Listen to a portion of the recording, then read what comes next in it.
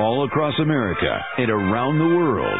This is Veterans Radio. This is Veterans Radio. Welcome to Veterans Radio. I am Jim Fausone. I'm the officer of the deck today.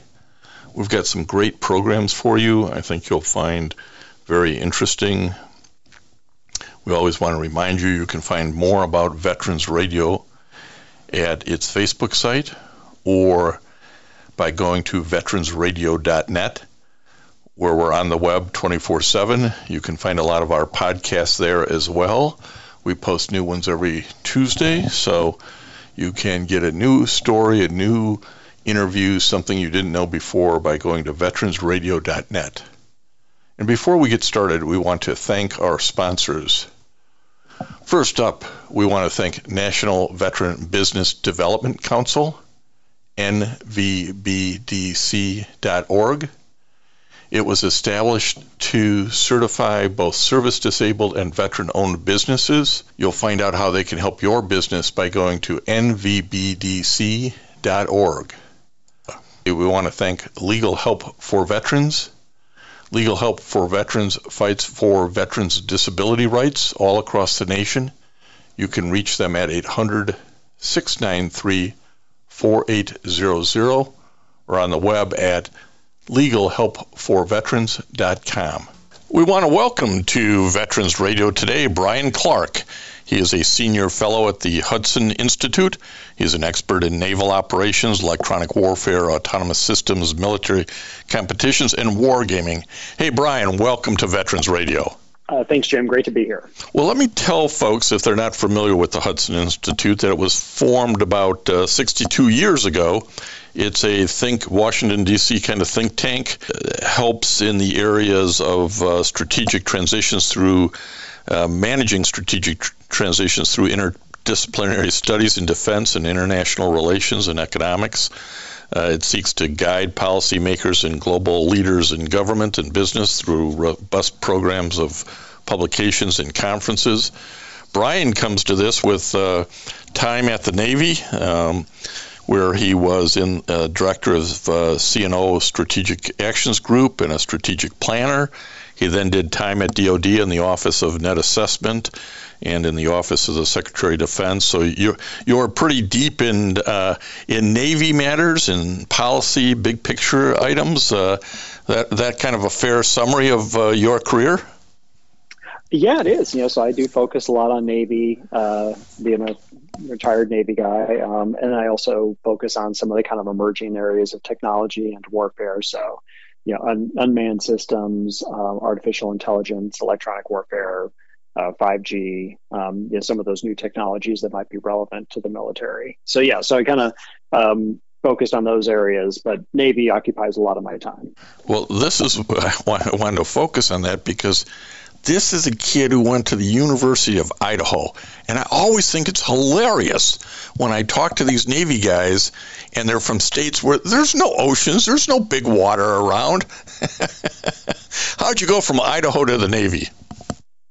So my stepfather was in the Navy, but more importantly, my best friend growing up in high school joined the Navy, enlisted in the Navy, and so he convinced me to join as well because we both got like $50 signing bonuses if we did it as friends.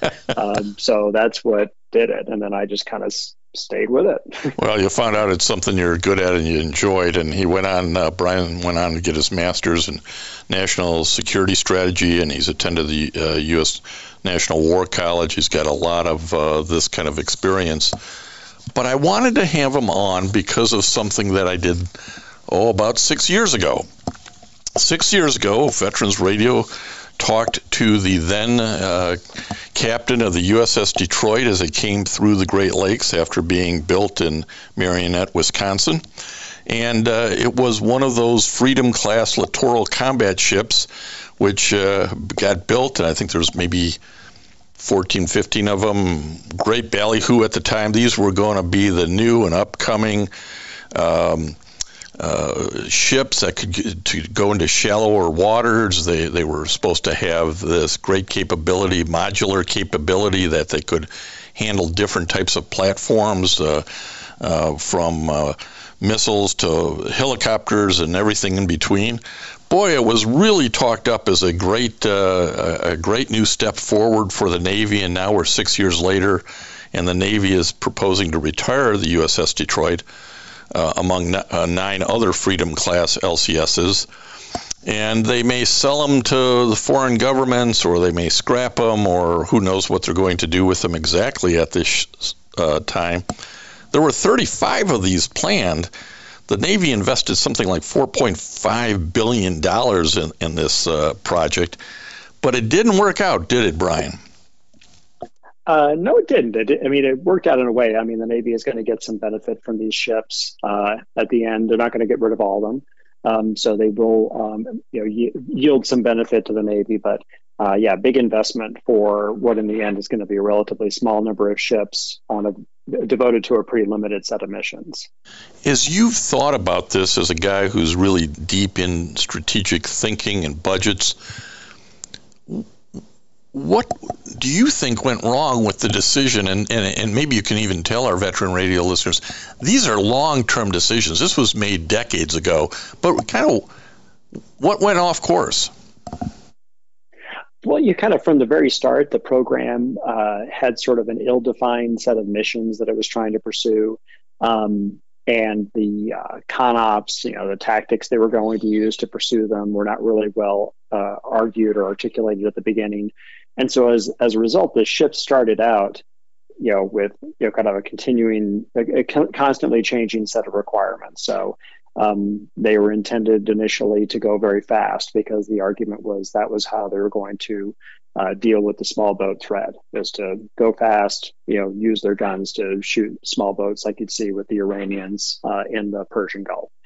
And that they needed to be shallow draft because they were going to operate in close to shore environments like the Persian Gulf or the South China Sea, or maybe the East China Sea. And that they needed to have this ability to take on a changing set of mission systems. So they're going to have these interchangeable mission packages because it's too small a ship to be able to do the 3 big missions the Navy needed done, which was anti-submarine warfare, mine clearing, and surface warfare or maritime security. And this ship was too small to have all the stuff on it to do all those missions at the same time. So it would change out the mission packages based on what mission was most important at the time. So those were kind of some initial ideas the Navy had, but they hadn't really engaged with the industry people who would build the ships or at the engineers and architects who would design them to figure out if that was feasible. And if it was feasible, is it practical? And as they built the ships and as they tried to field them, they realized that that scheme was neither feasible or practical. And in the end, it ended up being very expensive to yield, like I said, a small number of ships in the end that are going to really kind of be focused on a narrow set of missions. So mine clearing is still going to be their kind of main job. And then secondarily, their job is maritime security in kind of the close to shore environment. But anti-submarine warfare fell off the table. And the idea of interchangeable mission packages is off the table as well. And that really interchangeable mission package was a big part of what LCSs were apparently going to do. And again, that kind of didn't work its way out. Did any of these get deployed overseas? They have 2 varieties of LCS. There's one which is a monohull, or it looks like a kind of a traditional warship, and that's the Freedom class. And those have deployed to the South America, Central America, Caribbean. One has deployed overseas to the Persian Gulf, and one has deployed to the Freedom itself, has deployed over to the South China Sea. So they've had some success, but those have been mostly kept close to home because they have a transmission problem that has resulted in a lot of ships being stranded in various places because the transmission has it ends up failing fairly often. It's just like having a car with a bad transmission. and they've had to go through and replace those transmissions. And so that's really kept those ships from deploying very much. The other flavor of LCS is the Independence class, which is a trimaran. So it looks like a three-hulled ship. It's sort of futuristic looking, very wide. So it's 100 feet wide. So it's definitely not like a normal Navy warship. That ship has had more success in deploying overseas. So they've been deploying those, and they're based mostly in San Diego. So they deploy out to the South China Sea, and they've been deploying at a pretty regular tempo over the last 2 years now. And so you've seen the Navy, put a lot more emphasis on those as the overseas deployers.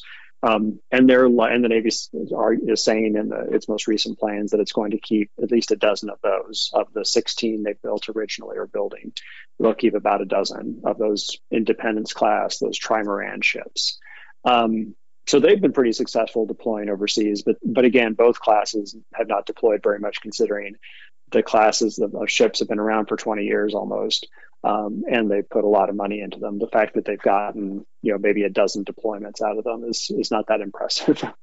Now, and as somebody who cares about the Navy as you do and understands the costs and the benefits in the Navy planning, talk a little bit about if in your view this should have been caught earlier, correction should have made, or the whole program should be scrapped. Although there are still folks who claim the program shouldn't be scrapped. I guess that raises for me do you think it should be scrapped?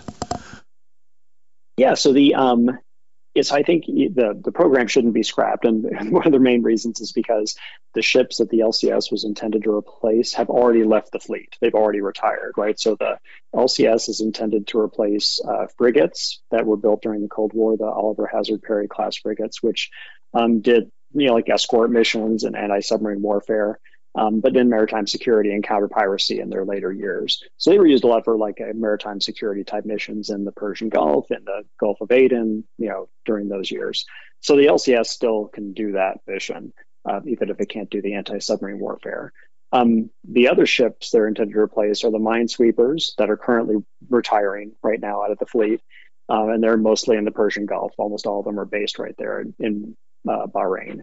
And then the other class of ship they're replacing are the patrol craft, which are also stationed mostly in Bahrain. So those three classes of ships are leaving the fleet or have left the fleet. So you need something to do that job. So the LCSs can do that, albeit in limited numbers.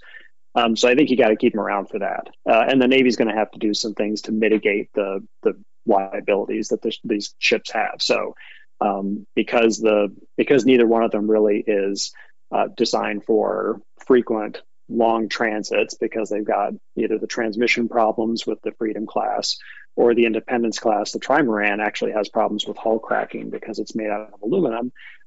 Neither ship is really designed for these long back and forths across the ocean.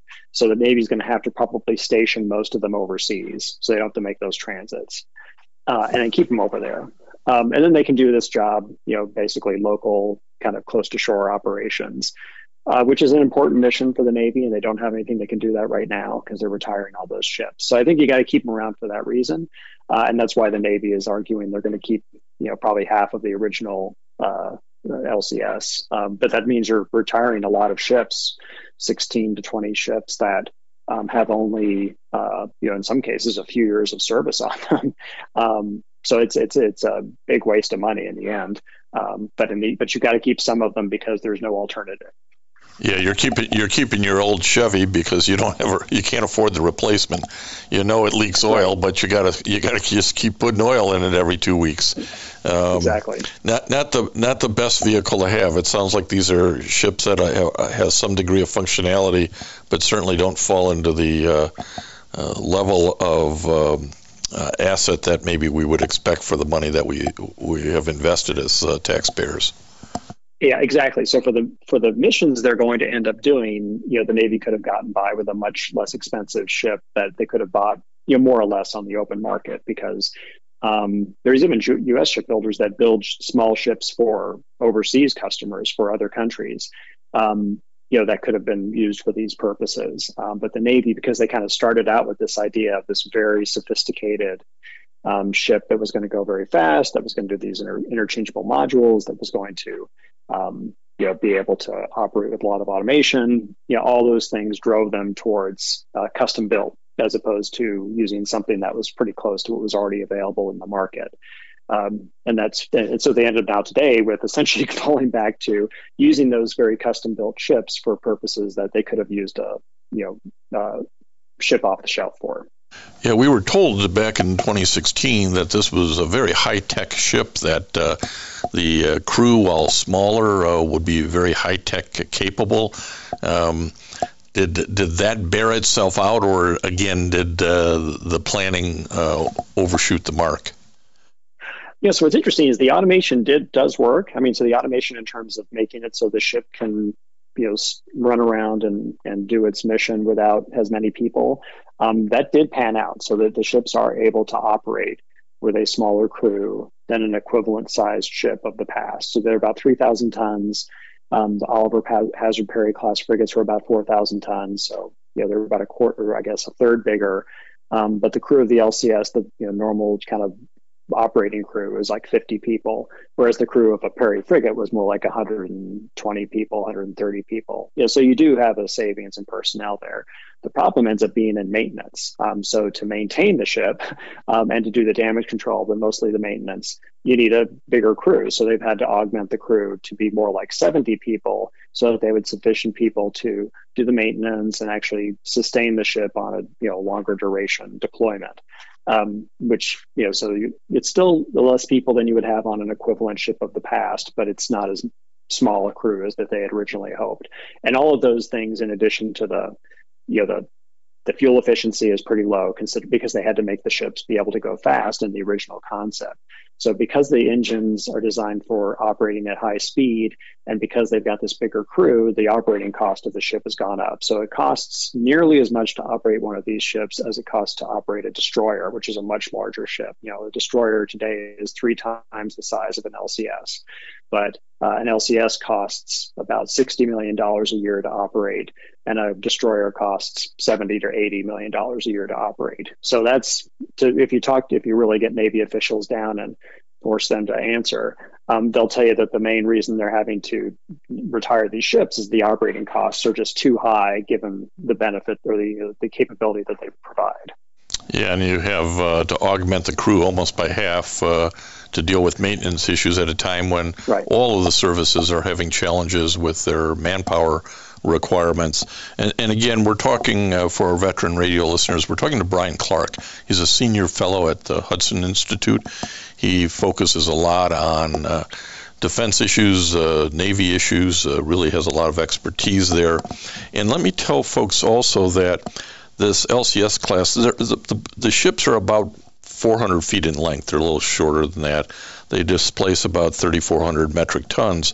And Brian's mentioned a couple of times that they're supposed to go fast. Well, their top speed is something like 45 knots. So they do go fast, but they also burn up a lot of fuel in doing that. And the ships have some transmission problems and hull problems, depending on which of the two classes. As you think your way through this, Bryan Clark for the Hudson Institute, do you see, as you look at Navy budgets and plans, that the lessons have been learned here, that the next round of ships being proposed to replace this set, which replaced our frigates and minesweepers and patrol craft, that we've learned the lessons, that maybe there's some off-the-shelf items that work better than the specialty items? How do you read what you're seeing now from the Navy? Well, Jim, so in part they learned the lesson. So in the newest class of surface ship that they've developed, the new Constellation class frigate, which is going to do the anti-submarine warfare mission that the LCS couldn't do, and also replaces the Perry class frigates on a more for one basis, right? So these new frigates they're developing and are building up in Marinette, Wisconsin. They took the approach of this idea of using off-the-shelf technology. So they went in with the idea that we're going to use an existing frigate design from another country, which many countries have, especially in Europe, have these frigates of this kind. They ended up selecting the Frem frigate, which is built by Italy's Fincantieri shipbuilding. But then they modified that ship so much in the course of the DoD's requirements process that the ship, went from, it's about a 6,500 ton ship in the Italian Navy to be more like an 8,000 ton ship in the U.S. Navy. So it grew by more than a quarter in terms of size, and added a bunch of capabilities and requirements and different systems that the original didn't have. So they had a ship off the shelf that would have been a pretty affordable option, and then they larded onto it a lot of new stuff that is going to increase its cost, both to buy it and also to operate it. So we'll see in the end if that ship ends up being a good example of acquisition reform in action, or if it ends up being another kind of boondoggle like the LCS was. But that's the case study for the United States Navy, is that did we learn the lessons from LCS and apply them in this new frigate program? Yeah, it's good. As somebody who has such a deep dive in this stuff, as you put out your reports and analysis, what kind of reception does the Hudson Institute receive when trying to communicate both to the Capitol Hill politicians, but the industry probably in general, and the folks over in the Pentagon at DoD? I mean, do you feel like, okay, they are getting our message, we are getting some of this across, or do you look at it and go, man, why did they grow the Constellation class frigate from the off the shelf to the almost another third? Yeah, I feel like we do get traction with the work that we do. I mean, we've been able to influence what the Navy is buying, and the Navy and Marine Corps actually as a team are buying. So there's been some good examples of where we've been able to successfully drive the thinking there, or at least provide some more visibility to things that they would then choose to do by themselves. I think what happens here is that even though we've done reports, including reports for the Department of Defense, so the Navy hires us to do work like this, so they ask us for our input. What happens, though, is that those good ideas go into the bureaucracy, and the bureaucracy in this case is what grew, in this case, the frigate requirements to make the ship a third bigger than it was originally designed to be. Because there's just nobody is willing to take any risk, and it's easier to add things than to take things off or to say no. So I think it's the bureaucracy that tends to drive towards making things bigger and more expensive in the U.S. because there's not necessarily the same sense of economic stress or affordability as you would have in a foreign navy. So foreign navies go in with a cost cap and say this thing cannot cost more than a certain number of dollars or euros. In the United States, it's sort of the requirements first, and then we figure out how much it costs on the back end. And that's kind of the fundamental problem, is the bureaucracy is not driven to think in terms of being economical. They're driven in terms of lowering risk and preventing somebody from coming back to them with a example of how they failed to make the ship as survivable as it could be, or as lethal as it could be. Yeah, and we all understand that the U.S. Navy mission requirements are a lot different than the Italian Navy mission requirements. But we're in a world where China's demand to control sea power, certainly over in its lanes, is so prevalent. Do you have an unfair question with a few minutes remaining, but can you give us sort of the think tank view on how the U.S. Navy is doing to meet the challenges of the Chinese Navy? They're doing pretty well, actually. I mean, I think the thing that they're doing well is building a fleet designed to meet the challenge posed by China in an invasion of Taiwan. What they're doing less well is dealing with the China challenge that happens in every other way. So the island building, the gray zone harassment of our allies, the potential for blockades of Taiwan or of quarantines. The U.S. Navy is not really building a fleet that's able to deal with those problems very well, but they are focused on this idea of dealing with the invasion problem, which they're doing a good job at, arguably. So I think it's a matter too of where the incentives are, and what's the strategy, what are our priorities with regard to China. And I think right now the priority has been focused on the invasion, and therefore that fleet is what they're building. And that's things like LCS are not as important to that mission. Therefore, they tend to be easy to take off the table. But maybe those things like LCS would be important if you were worried more about dealing with the Chinese harassment in the gray zone rather than, the invasion of Taiwan. Yeah, and we see them building islands, which is a whole other maritime problem, and their launch of their second aircraft carrier, maybe the first one that they built. But there's certainly a big ramp up in the Chinese naval fleet, and somebody's got to respond to it. And I'm glad to hear that the U.S. Navy is trying to build in that direction, and Congress is funding that. If you had a piece of advice for them in that area, what would it be? It would be to sort of expand the scope of scenarios that we're planning for with regard to China, and think about balancing the needs for a blockade and the needs for a quarantine, or the needs to protect our allies from harassment against the needs for an invasion, to make sure that we're not, putting all our eggs in one basket. Yeah, it's easy to get myopic and only focus on one thing. Well, I really appreciate the time that Bryan Clark, Senior Fellow at Hudson Institute, you've been able to give us today to illuminate for us a little bit of the problems with the LCS class 6 years ago. We were so hopeful, maybe naive, but hopeful, and giving us a little thoughts about the Navy and the Chinese problem. Bryan, again, thanks for your time today. Oh, you're welcome, Jim. Thank you. And I want to thank everybody for listening to Veterans Radio today. I am Jim Fausone. It's been a pleasure to be your host. I'm a veterans disability lawyer at Legal Help for Veterans, and you can reach us at 800-693-4800 or legalhelpforveterans.com on the web. You can follow Veterans Radio on Facebook and listen to its podcasts and internet radio shows by going to veteransradio.net. And until next time, you are dismissed. If you have a VA claim denied by the Board of Veterans' Appeals, contact Legal Help for Veterans at 1-800-693-4800. They're experts in handling cases before the U.S. Court of Appeals for Veterans Claims. Their number again, 1-800-693-4800. We again want to thank our national sponsors, the National Veterans Business Development Council, nvbdc.org, VA Ann Arbor Health Care System, the Vietnam Veterans of America Charles S. Kettles Chapter, Ann Arbor, Michigan, VFW Graf O'Hara Post 423 in Ann Arbor, and the American Legion Presscorn Post 46, also in Ann Arbor.